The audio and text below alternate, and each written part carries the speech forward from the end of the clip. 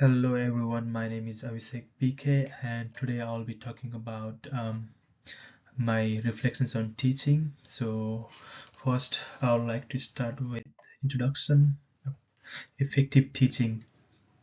So effective teaching is about developing community of thinkers, right?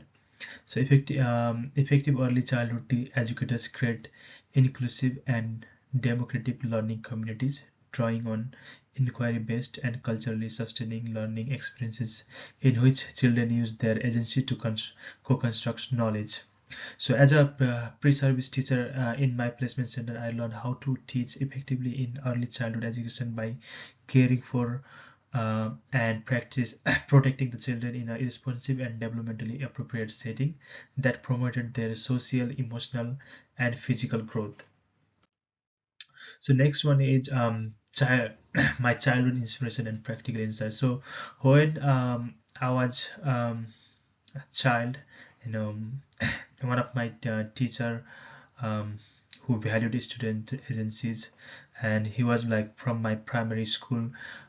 He introduced one activity called idea circles where um, all the students participated in and they talked about the topics such as environmental sustainability, right? And I still remember when our ideas turned into a school recycling station. We felt so proud of ourselves. So my early experience, instilled in me that children can lead impactful and socially responsive change, right?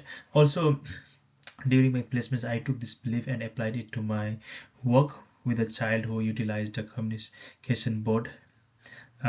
Given her interest in dinosaurs, I strategized with her to co-construct a dinosaur museum with her classmate. The children and I labeled developments of fossils, curated display areas, and documented children's inquiries. Um, so talking the next one, the pillars of teachers' identity.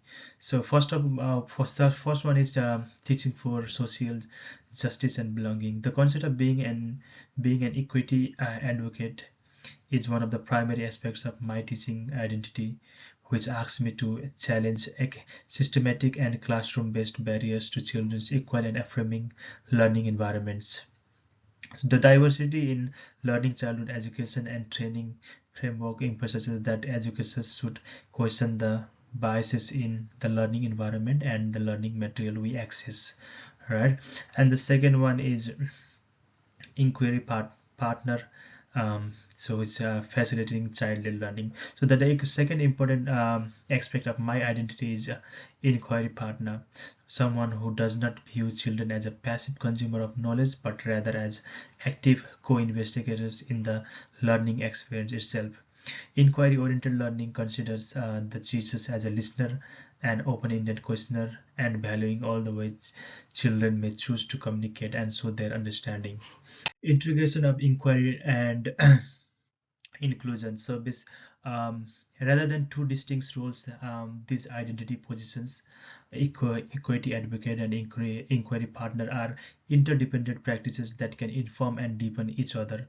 Inclusion is not simply about adding children to the fabric of other structures. Alterations to the structures happen when you honor every voice. Inquiry happens when children feel safe and able to represent themselves, and inclusion can be powerful when all children are able to explore intellectually through their interest and modes of expression. So, to conclude,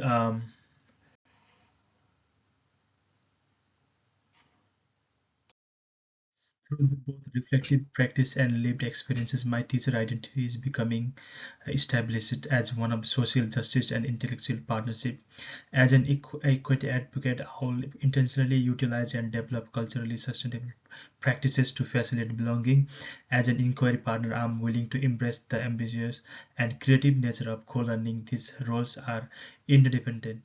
Advocacy allows Advocacy allows for inquiry to be relevant to all, while inquiry validates the voices of children in ways that serve exclusion. These are the references. Thank you everyone for listening.